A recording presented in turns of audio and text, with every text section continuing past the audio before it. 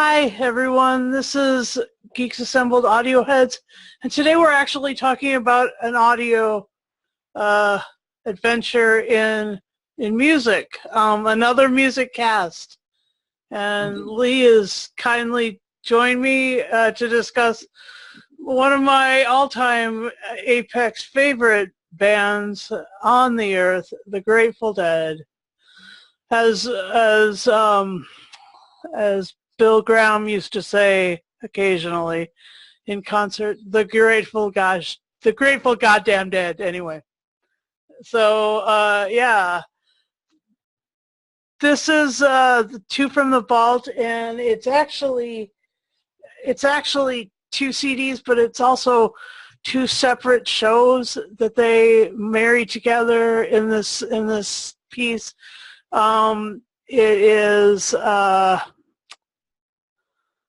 It is two shows from 1968. One at the Fillmore. No, wait. One in New Orleans and one in St. Louis. No, they're both at St. Louis.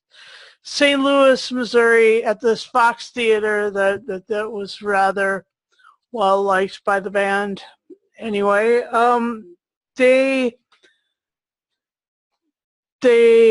played a good set list, and I want to hear what Lee thinks about the first five songs. Good Morning Little Schoolgirl, Darkstar, Saint Stephen the 11, and Death Don't Have No Mercy. Right. Before I go into that, I would just like to say, before listening to this album, I was a Grateful Dead virgin. Oh.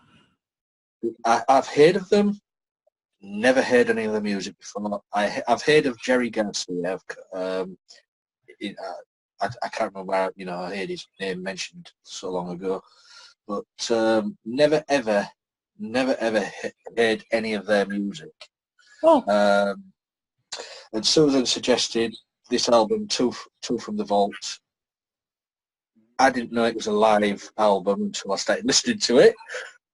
I'm not a big fan of live albums, to be honest. So I don't know. I'm a studio guy. I think the live sometimes takes away from the studio recordings.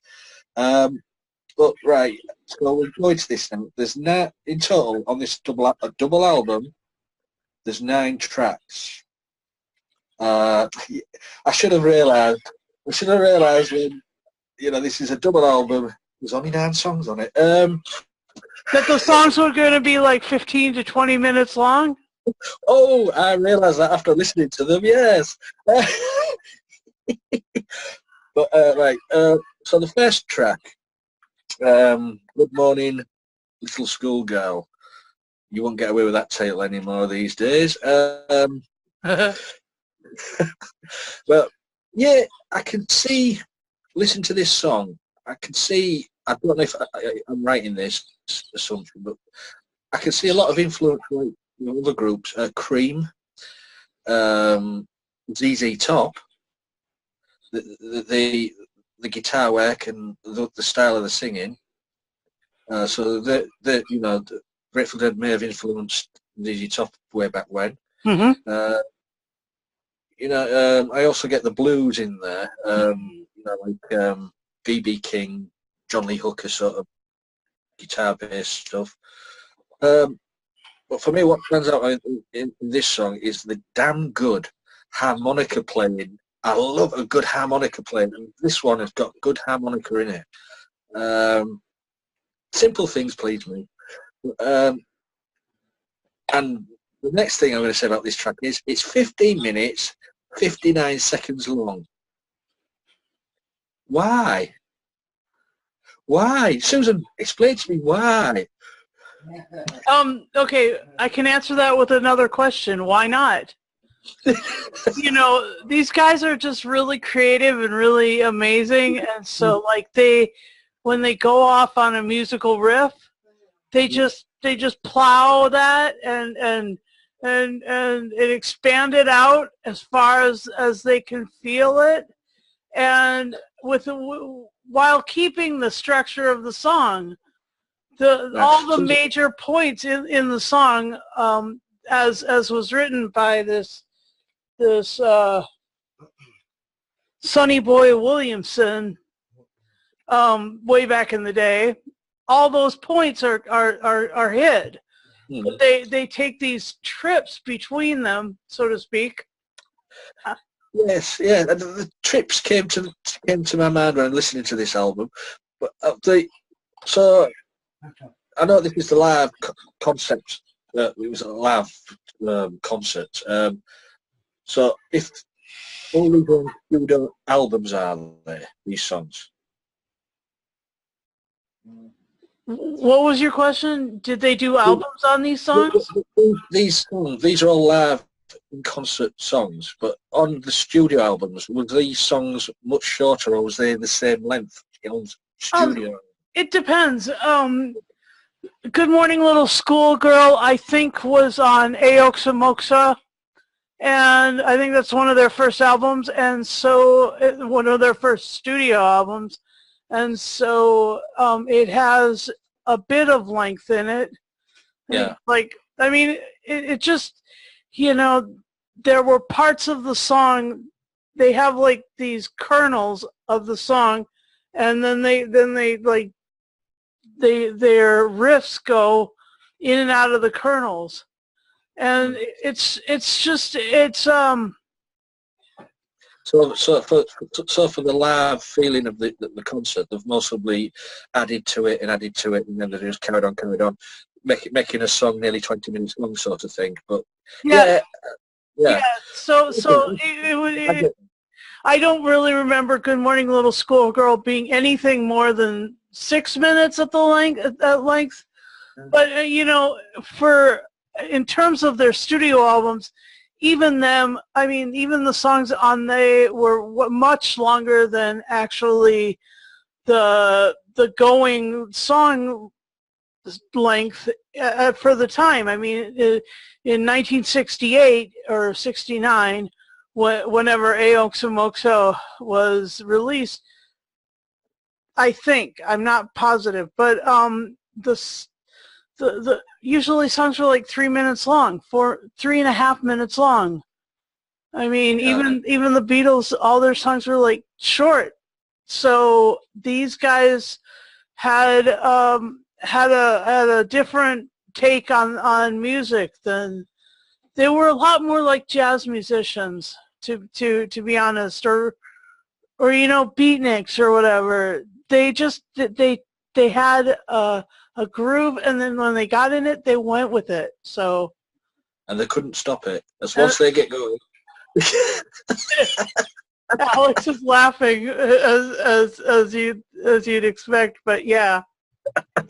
Yeah. So that was my take on that. Good morning. Yeah, to be fair, I don't know how much jazz everybody listens to, but I mean, Miles Davis was very experimental. Very. And of course, there are some soul songs and disco songs and Jamiroquai, which Lee knows. I don't know if they're still touring or whatever, but they do have a lot of jazzy, kind of long-winded songs. I mean, if you don't like the songs, you can't wait for it to be over. But it also depends on what type of songs you like as well. Right. I mean, if it's your favorite artist, Susan here has to admit that it's one of her favorite bands. Yeah. Very talented, I agree. They're not one of my favorite bands. I mean, but my tastes are more jazz or more poppy or more, a little bit more, soul based. Yeah, but I mean, these guys took that soul and that blues, and they took the kernels of the song, and then they just riffed between them. Okay, but I'm also saying it's because you're a fan of theirs. If you weren't a fan of theirs, would you be listening to a lot of their albums? Is what I'm saying. Yeah, because they're I like other groups, but there's certain songs that I like. Not every band I'm willing to listen to every single song for 10 minutes or 20 minutes or more. Oh, well, I totally listen to music like that all the time. Okay, well, some people. So I enjoy that experiment. Okay. I enjoy that trip with right, music. Lee, well, because you're here now, is it fair to say like the original Genesis group? You remember Genesis with Peter Gabriel, or what else? David Bowie or other people that they had like 10-minute songs too. Not every single song, but they had songs that were very long. I would say, yeah, up to I would say 10 minutes. Right. So I mean, there were other groups that did it. It's just that they weren't known for doing it all the time, like Fish and the Grateful Dead, where they just kind of jam. They just kind of jam, and you're there because you're a fan of the song, so or you're the fan of the group, so you don't care if they play for 30 minutes. You know? When I tell you that they keep the kernels of the song, they do, because otherwise it would just be they do a couple tracks in their shows called Drums and Space, and that is pure experimentation. And that's the fine. Percussion, Billy Kreutzmann and Mickey Hart go off on the tangent in the song called Drums, and it's pure expository. Okay, but then Space is, you know, Jerry Garcia, formerly Jerry Garcia, now anybody else who fills in, and Phil Lesh, Bob Weir, and the keyboardist. Okay, but I'm also bringing this up to be fair, because Devo is experimental.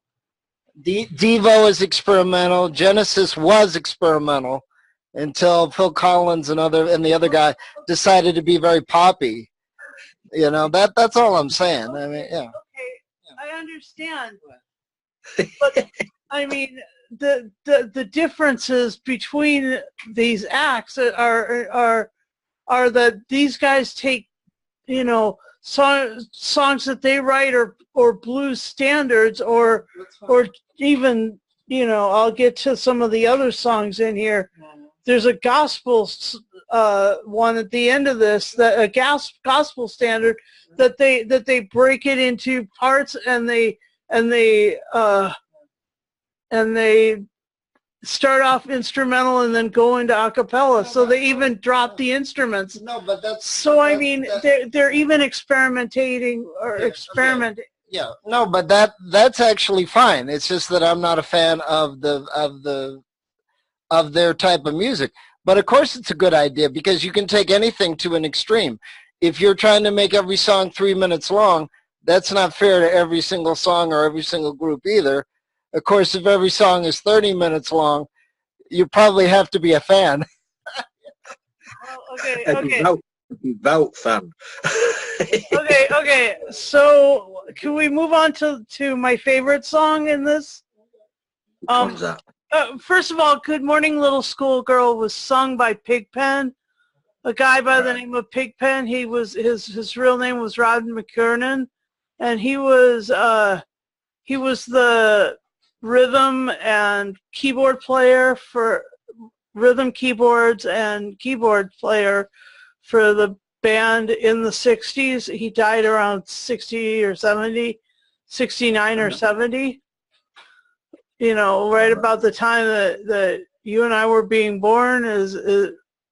Ron didn't survive it. He was an incredible alcoholic, but he had enormous chops where keyboard, singing, and harmonica were concerned.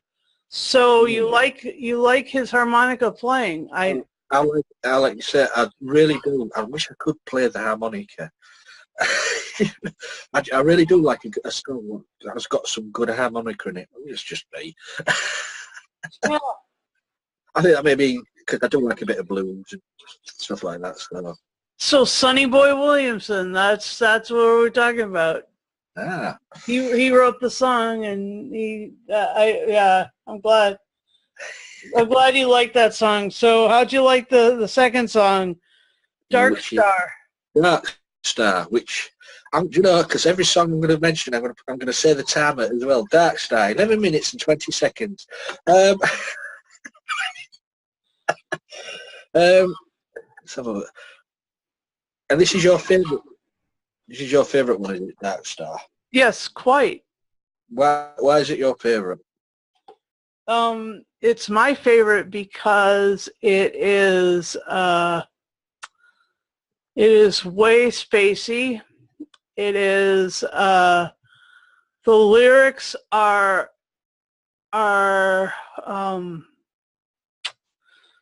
what shall I say? They're allegorical. They're poetic. They are nonsensical. They are whimsical. And I was going to say that it didn't really make the words didn't really make much sense. I mean, I even put Spacey down. I wrote Spacey. yep. And I also wrote, to remind me of each song, twiddly guitars. Very twiddly guitaring on this one. Yeah. These are technical terms. Sorry, guys. Yeah, Twiddly. Well, let me tell you, Jerry is the king of twiddly guitars. That's his forte. He is really good at the 30-second note, 16th notes, just and these arpeggios that he just it's not even arpeggiated. It's like actually a melody that's really fast. Anyway, so yeah. Yeah, I have noticed, listening to the full album, that the guitar, you can't fault the guitaring. I mean, they think all their fingers must have bled the way they were playing the guitars. But yeah, it's nonsensical, as you said, this Darkstar, and it's out there. And I like the way your glass of water disappears and went all psychedelic. Then that was brilliant. That.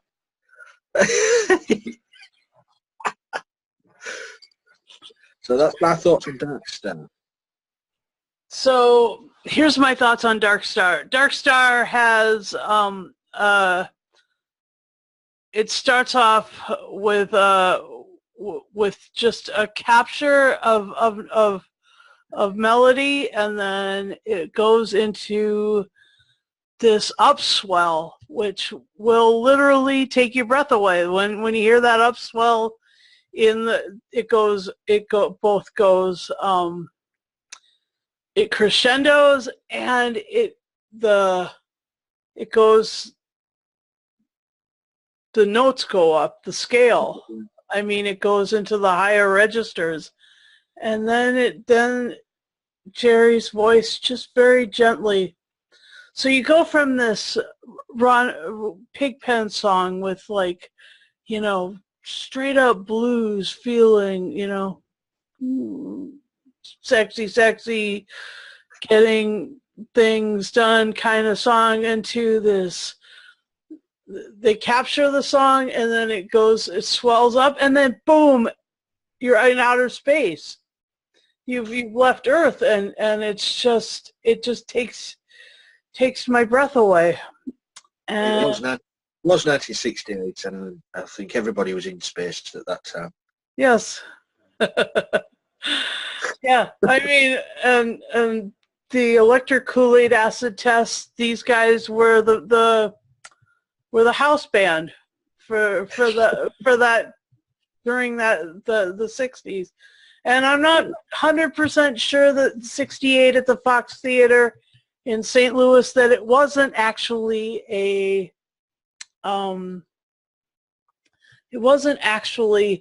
an electric Kool-Aid acid test. It may have just been like a really cool show, but phenomenal stuff. I mean, and Darkstar goes into like these Bubbles of Bliss, and then there's some other like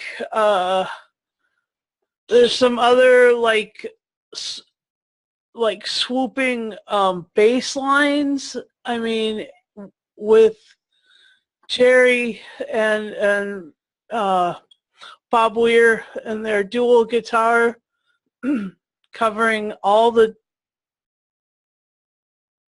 planets and stars out there. There is Phil Lesh, whose birthday it is today. Happy birthday, Phil Lesh. His bass line is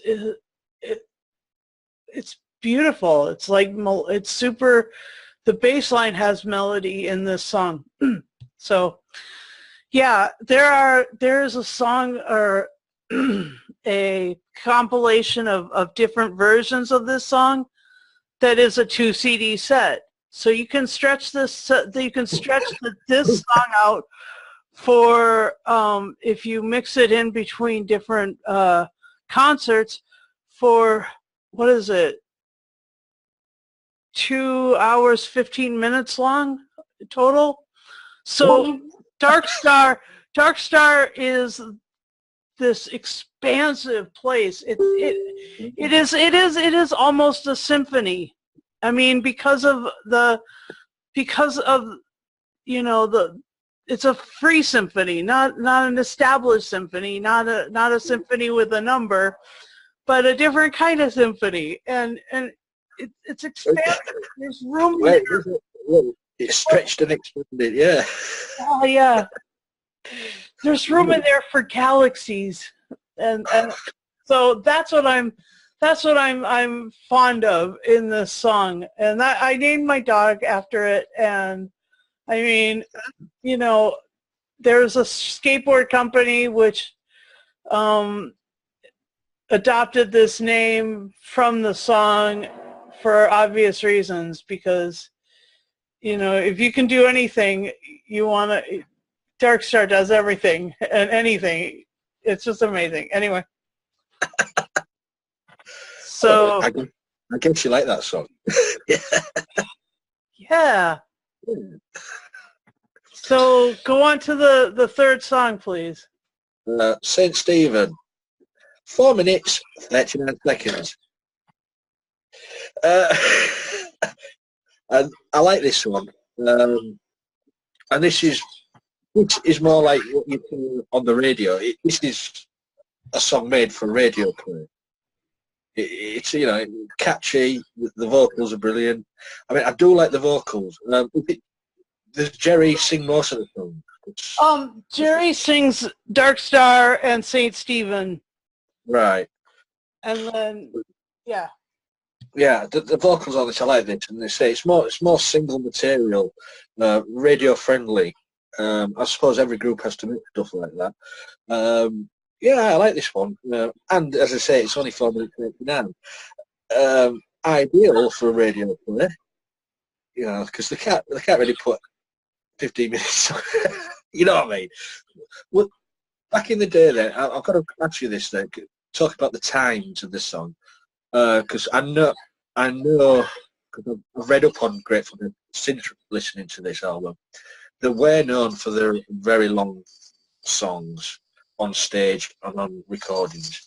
Did they ever get any radio play back then? Not until well, they did on like San Francisco radio stations. There were a few in New York City. Or there was a few shows that they did on the radio in New York City. In 1976, they did a joint broadcast in Chicago at the Theater Auditorium, which broadcast over some specific radio stations, and that was really amazing. That's where he came up with the term dead air. And so after that, after 76, they broadcast a lot. They had a lot of. Because from this, I mean, I got the feeling that from this, they mostly wouldn't, that have been ignored nationally by radio because it's too experimental for, you know, airplay. But you know, you can edit them down, I suppose. Well, they, like I said, they do have versions with not as much riffing between the kernels of the songs, Yeah. and those were the studio albums. Well, that's what I mean. Yeah, I mean, St. Stephen's. I could literally hear that being played on the radio. Yeah. St. Stephen. That is a damn good radio song. Yeah. Well, it definitely, you know, has a dreamy quality that you know, a few others. I even drew a smiley face next to it. Yeah. I mean, I like that one. Yeah. So, did you notice how also how they don't actually stop playing between songs? On this album. That Good Morning Little Schoolgirl ended, and then there was applause, and then Darkstar began, and then it went Darkstar, St. Stephen, and into the 11. Mm-hmm. There wasn't any applause between the tracks. Is that now? I'm not. Is that because nobody wanted to applaud? No, they didn't. They didn't have any. There wasn't any space there. They just blended. Yeah, they medleyed one from into another. What do they call it? Segue. Yeah, they segued. Yeah. And so the next song, the 11, was it was penned by Phil Lesh, but it was it was also kind of I think it was sung by Bob Weir actually, but you know it was definitely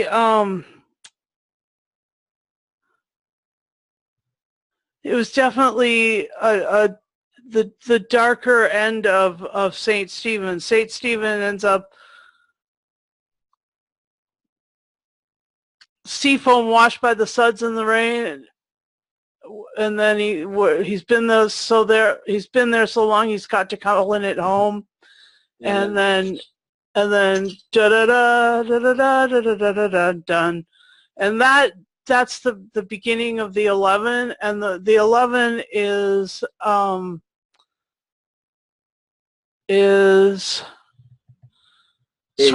sort of dramatic and drippy. So please you can give the time on the 11 and your opinion on it. The 11, 14 minutes, 26 seconds. To me, I mean, I do like, as I said, I love the guitar playing on all songs, but for me, there was too much guitar. And I've put too much guitar, not enough vocal. Mm-hmm. They needed more vocals in there. Because it seemed to, for me, I think this was my, no, there's another one which is mine. There's two on here, the 11's one of them. If there was more singing in it, I might have got more into it.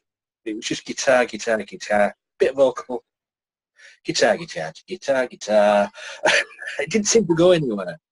If you know what I mean. I don't know if you agree with that, but hey, it's your group. There aren't a lot of vocals in the 11. I think that they say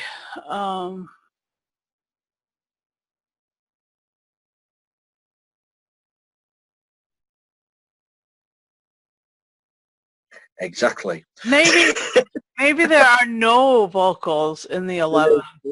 There's just little bits here and there, but not. Yeah. So I don't know. I mean, for a song that's nearly 15 minutes long, you need that additional oomph, which is the voice. Yeah. And it was lacking, very lacking in vocals, I'm afraid. But that's my opinion on that one, 11. Not to be confused with the character from Big Finish or the others.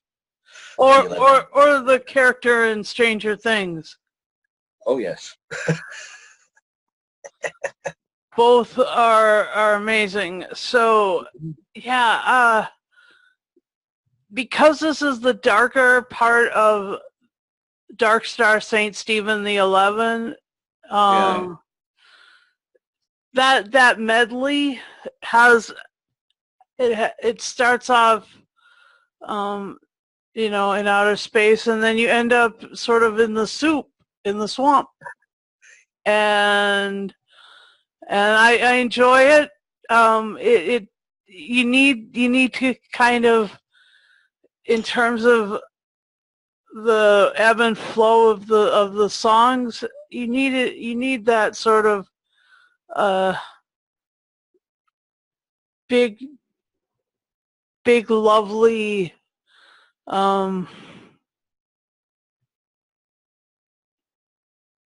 sort of fern in this. And so yeah, I now I'm thinking I don't remember if there are any lyrics, but there may be. Anyway, there is near the end of it. Yeah. Just only a few lines, not a lot to go by, but yeah. I mean, so I've heard plenty of versions of this without any lyrics at all. Where it was just the music. Yeah. Well, as I said to Grace, I sat down and listened to the full album, and I thought, this is going to be a new experience for me.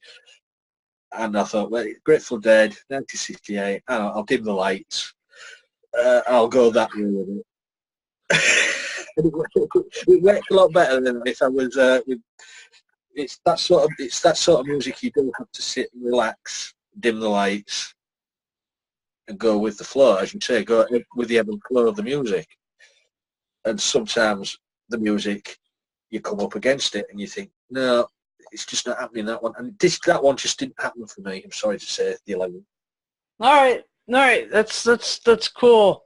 And then Death Don't Have No Mercy in This Land. Death Don't Have No Mercy. 8 minutes, 23 seconds. And I put, like this one very much. So there you are, I like this one. And it's only 8 minutes, 23 seconds. It's more laid back. It's more laid, and it's not too hectic as the 11 and whatever. This is more, you know, just let's relax. Blues sort of thing. I like this one. Yep. I like. Yeah, it chilled me out, this one. Yeah. This one was written by Reverend Gary Davis, and it was it's probably they use this as an end piece to or a mid right before they go into drums and space. Mm-hmm. They actually use this as a coming back, so that the to a more traditional song style.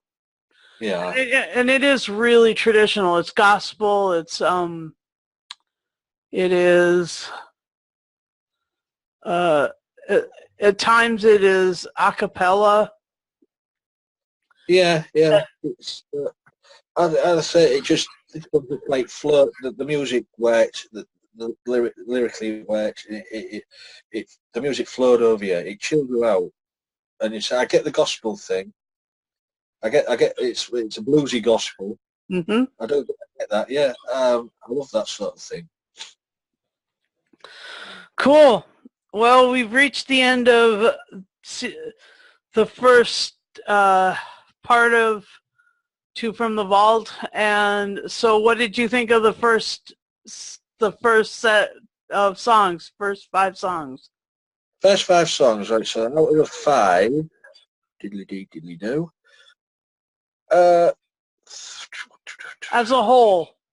As a whole, yeah, it was a journey from the beginning to that end of that side, with ups and downs. Yeah, there's some of it was really did hit home with me. You know, oh yeah, I like that. And then it was a sort of a mixed bag. If you know what I mean, it was a sort of mixed bag. Yeah, yeah.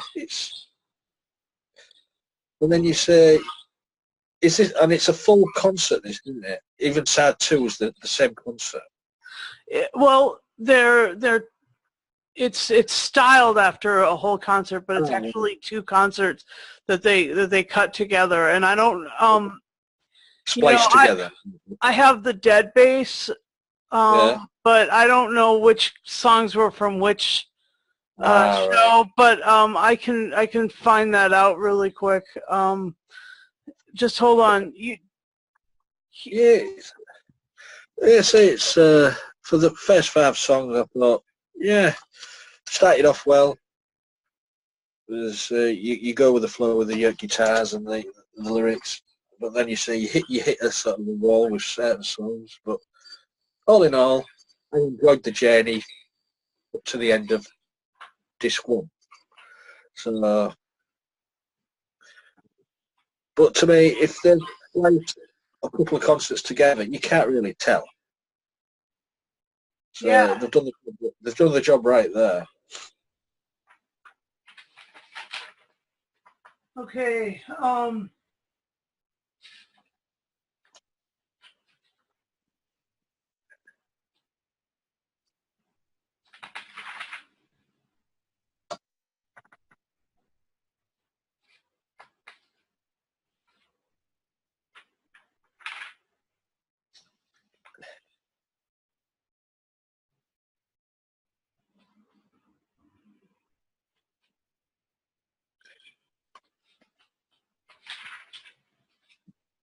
You're not going to find it, are you?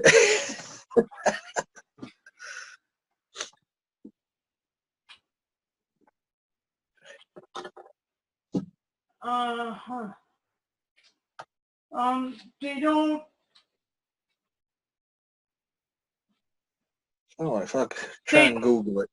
They don't have it listed in the whole show description. Oh wait, yes they do. Wait, yes they do. I found it.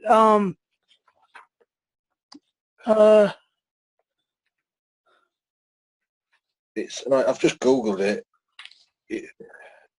It says it was recorded at the Shrine Auditorium in Los Angeles, California, on August 24th, 1968. So it looks like it was one concert.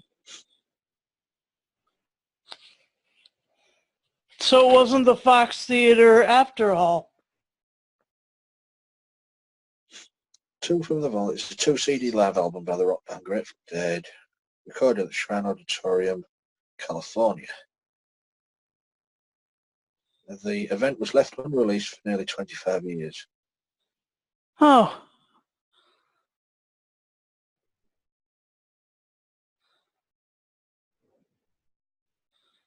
Yeah, so all right. Well, yeah. Okay. So yeah, I think it was recorded over 2 nights. Okay. Yeah. Event. So the first, the songs,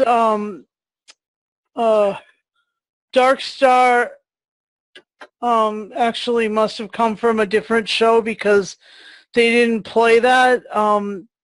They were there was Country Joe and the Fish that opened up for them, and a about 4 other bands, and so they didn't. They must have mixed the Darkstar St. Stephen, because they've got the 11 and the other one from the second CD. Yeah, so they've got, they kind of mixed it up, but it's the way it's actually styled the way a set would be styled. Yeah. So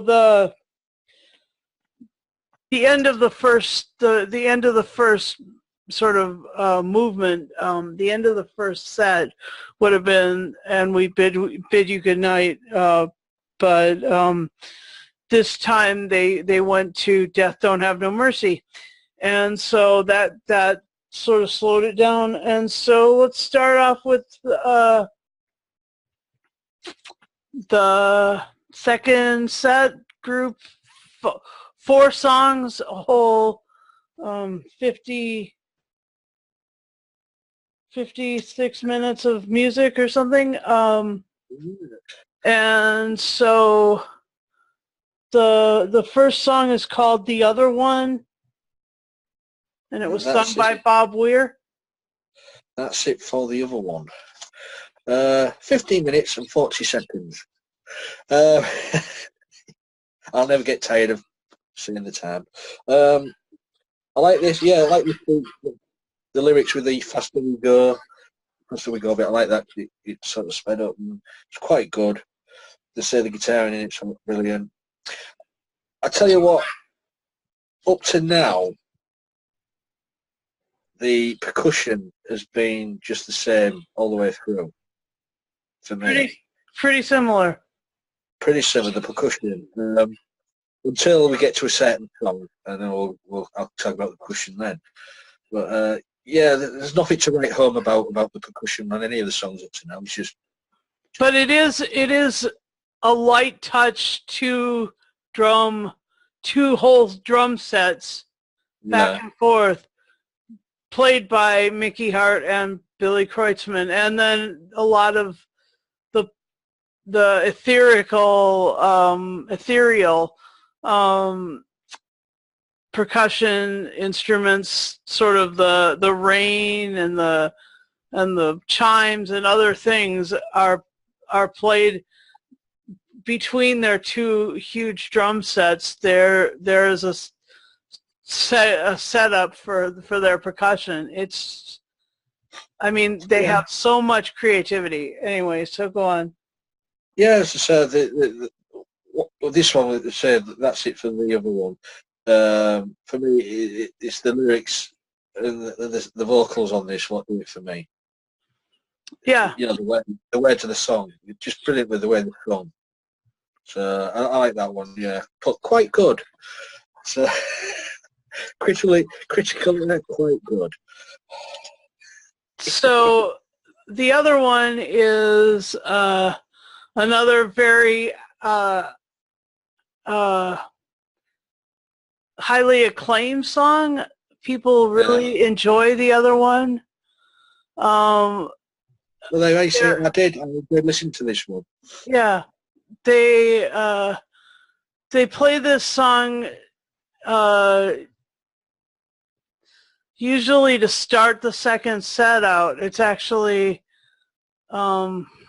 it can be Darkstar into the other one, or it can just be the other one starting the set off, and it's it has sort of an accelerando catching up. It's like you get caught up in the round and round. It trembles and explodes. Yeah. Bus comes by and I got on. That's where it all began. It's just like you're suddenly caught up in this adventure, and it's a journey. Yeah, it is an adventure. It's like getting on a Ferris wheel or a roller coaster ride. It's delightful in that respect. Yeah, the faster we go. Yeah. So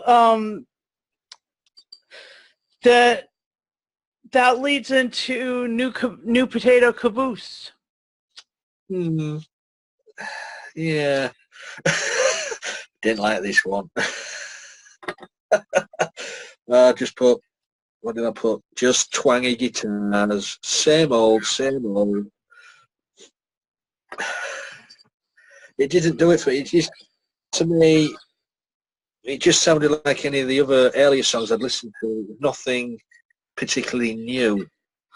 Except for Phil was singing it. Phil Right. new potato caboose. Yeah. So they've switched singers again. Whereas Bob Weir was singing, was singing the other one. Then new potato is sung by Phil Lesh, and his voice is a lot more gravelly and old timey, and it's not quite as it just didn't. Of all the songs on this album, this one just didn't stand out. I don't know why. It just didn't. It doesn't grab me. I don't know if it grabs anybody else, but it just didn't grab me. Well, they did stop playing it eventually. It wasn't it. It was a child of the 60s. It wasn't. It didn't make it too far into the 70s. I think that they stopped playing it must have been around 72 or something like that. Even before they went to Europe. Yeah, I forgot to mention 14 minutes and 15 seconds. Yeah,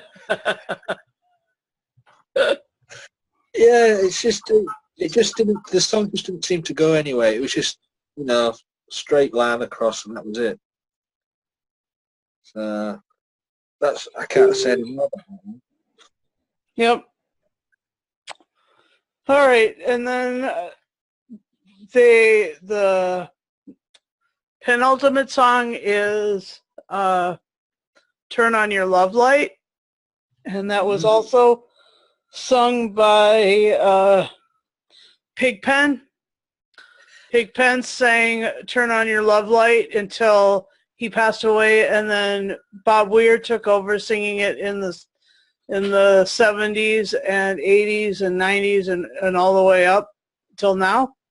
So Bobby sings that song now, but it started off a Pigpen song, and it was written by Scott Malone, and I think that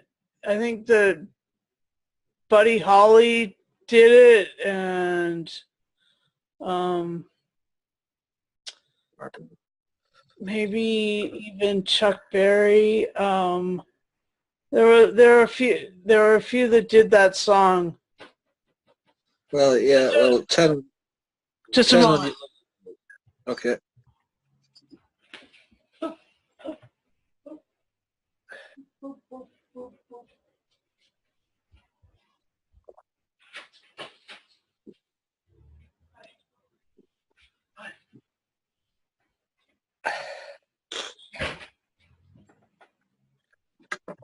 Okay, I'm back.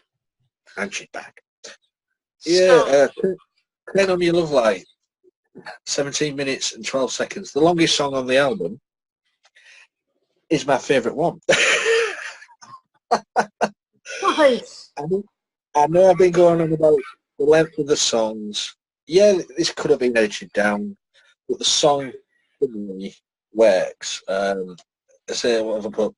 The drummer gets to do something different and more on this. Oh my gosh! The drum. I've put brackets. More cowbell needed. But yeah, the drumming on this is so out there. It's brilliant. It's, the guitar is more catchy. The vocals are catchy too. It got me foot tipping on this, and that's the first time my foot was tapping on. This is a catchy song. So catchy, so blues standard, so much. Yeah, go for it. Keep I going. mean, the vocals on this similar sounding to like the likes of Mick Jagger. I got the feeling of Mick Jagger. I got the feeling of the Blues Brothers. Yeah. That sort of vibe coming off it. Yeah. I mean, it was just a total shock from what I'd listened to up to then. And then this song came on. I thought, whoa, what happened here? For sure. So, I enjoyed that one. I really did. I mean, for 17 minutes and 12 seconds, I was blown away. You're rocking. Mm. Yeah, that's what I call rock and roll. Like this. Yeah. So yeah, I really did enjoy that one. And then take me out in the Morning Dew. What did you think about Morning Dew? It's 7 minutes and 13 seconds long. I've put very Jim Morrison. Mm-hmm. I was getting the Doors through this one. Even the keyboards, the vocal range on it. I mean, it's just coming across as Doors. I don't know if it was influenced by the Doors or. Well, it was written by a woman. It was written by a woman named Rose Dobson, and it's kind of out of this world too. Yeah. You know, it has these like, you know, early sunshine.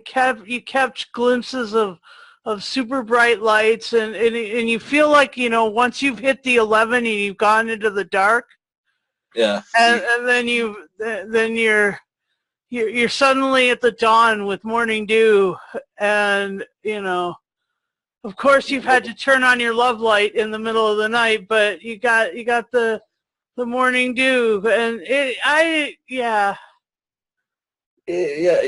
I mean, the songs of their time, of the 60s. Yeah, it's of their time, and you get that vibe. You get the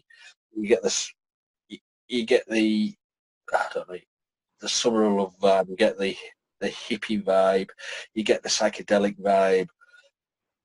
But then you get all the other influences, or they've influenced what I'm seeing. Like I said when we first started, the ZZ Top feel, the Doors, you know, the Mick Jagger.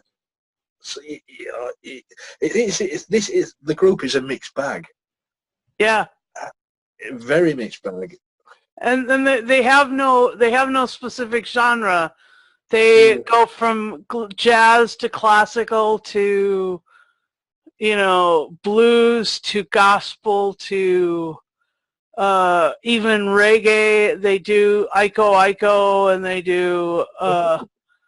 do man smart, woman smarter, and they just have they do sort of drum solos that go on for 10-15 minutes. They have ethereal riffs that go on. You know, they really are amazingly super creative, richly beautiful musicians, and I'm glad you came along on this journey with me. Well, as I said at the beginning, I'm not a fan. And I Are you getting? You never will be. I never will be a fan of live concert albums. I'm not a big fan of. You know, I just don't know why. Just don't. I prefer. You know, I like the studio releases, but the live concert stuff doesn't really do it for me. But I'd say some of these songs did blow me away. You know, and some of the songs just came up against a brick wall with me. As I say, I'm just pull the cat back because you're not going to steal the camera. But yeah, because I didn't know what to expect. As I said, I've never ever heard of any Grateful Dead songs until this week when I listened to this album. Well, there's some standards also that they've done. They did a song called Throwing Stones and one called Touch of Grey, and those two songs actually charted in the UK and in Europe and in the United States in about 87. So from this concert till then, they never charted. They never actually made the Billboard Top 100 for their first 30 years. So they were like an underground phenomenon. Well, they were a live phenomenon. I mean, like their shows. I mean, Jerry was. Let me tell you about Jerry. He would go on stage sometimes with the first act. If New Riders of the Purple Sage were playing, he would go on stage with the first act and do their whole show for 2 hours, and then go on stage with the Grateful Dead and finish their shows, which sometimes went 4 hours. So the man was on stage for like 6, 7, 8 hours a day during those times when the New Riders were opening for them. I mean, he must have been on some good drugs. He was so good. Yeah, very funny. Yeah, but really, seriously, he was in treatment when he died in 1995. He was in a treatment facility, and he died at 4:23 in the morning on April 3rd or 4th, or excuse me, August 3rd or 4th.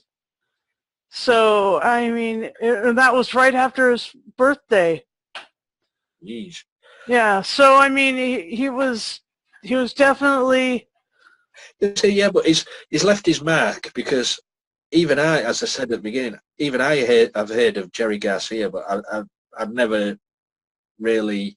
The name, I knew the name, so, you know, he's left his mark, but... yeah. And now I have sat through a Grateful Dead album. Go on, me. Well, thank you. Thanks for doing this with me. I know I've been, like, you know, harping on the Dead for a number of years, as long as we've been doing podcasts together, and so I'm grateful. And Are you grateful? Yeah, I'm grateful. But you know what's also really funny? You notice that Alex isn't here with me to do this, because, you know, he was like, no. And I was like, oh. And so anyway, that was funny. So, yeah, but he knows that I'm a fan. He got me this Funko Pop, Jerry. And, you know, if you said it right, there's his trippy eyes. There you go. That's Jerry. Anyway, I really love this band. Sorry, go on. Yeah, I think I remember when I heard his name to begin with was a song. I don't know if you heard of an English group called Cooler Shaker. Not sure. No, they were like mid-90s band. Oh yeah. Sure yeah, okay. On one of their albums, I'm sure there was a song called Jerry Was There. Yeah. And I'm sure it was about Jerry Garcia, because I think it was written when I'm mostly wrong about by the time he died. Oh, I think that's where I must have got his name from. I'm trying to Shaker? Cooler Shaker. I'm trying to find the album. Okay. What we got? Right, here we are. That's it. Cooler Shaker. Yeah, I've heard of them. And I'm sure I hate it when they put the words in a circle around them. And then here we are. Track 10. Grateful When You're Dead. / Jerry Was There. What was it? The Grateful what? The song's called Grateful When You're Dead / Jerry Was There. Oh, wow. And this album, I think it was 95, I think. Well, that was the year that he passed away. And that was actually the year that I was on tour with them the most. I actually saw a show in Salt Lake City. 96. Oh, okay, yeah. So I saw Salt Lake City and Las Vegas, and then I went back to my home, and then I went back on tour later on for Seattle, Portland, and San Francisco and Oakland or whatever. And then I went to see them on the East Coast, and I saw them at Highgate and at Giant Stadium at the Meadowlands in New York. So I was on tour all down the West Coast, all through the Mountain West, and then on the East Coast that year. And it was amazing. My cousin was actually at the last show he ever did, the last show that Jerry ever did, at Soldier Field in Chicago, Illinois. So that was pretty cool for him. And at least he was playing right sort of up to the end. He was doing what he enjoyed doing. For sure. But, I may have to sit down and check some other albums out by then. So maybe not live ones, but so I will suggest a few studio albums that you will enjoy. Let's start off with American Beauty and Working Man's Dead. Yeah. Those have a lot more studio tracks, and I mean they'll always put one live thing that they pulled out of a live show to on the album. But and then there is what's that album?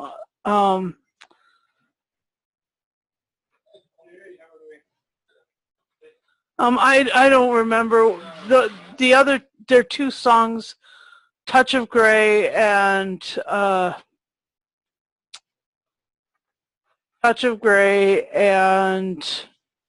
Throwing Stones, that you will enjoy, and they are from the mid-'80s. And right. I'll check that out. Yeah. I can easily. I'll Google it. Yeah. Yeah, do. I will Google it. Answer to everything. Google. Yes. Anyway, thanks for joining us, watching this podcast. Join our Facebook group, and feel free to go back and watch our Beatles podcast. And we've reviewed a lot of music, and Lee has done his own take on the 1980s, his whole journey through his musical time frame, which was the 80s. And so please give those a watch if you haven't, or go ahead and rewatch them and share his journey with that. And we will be back in a while, maybe in a fortnight, but we haven't decided what we're doing yet for the next audio adventure. But so just stay tuned anyway. And thank you, Lee. Peace out. Peace out. Groovy, baby.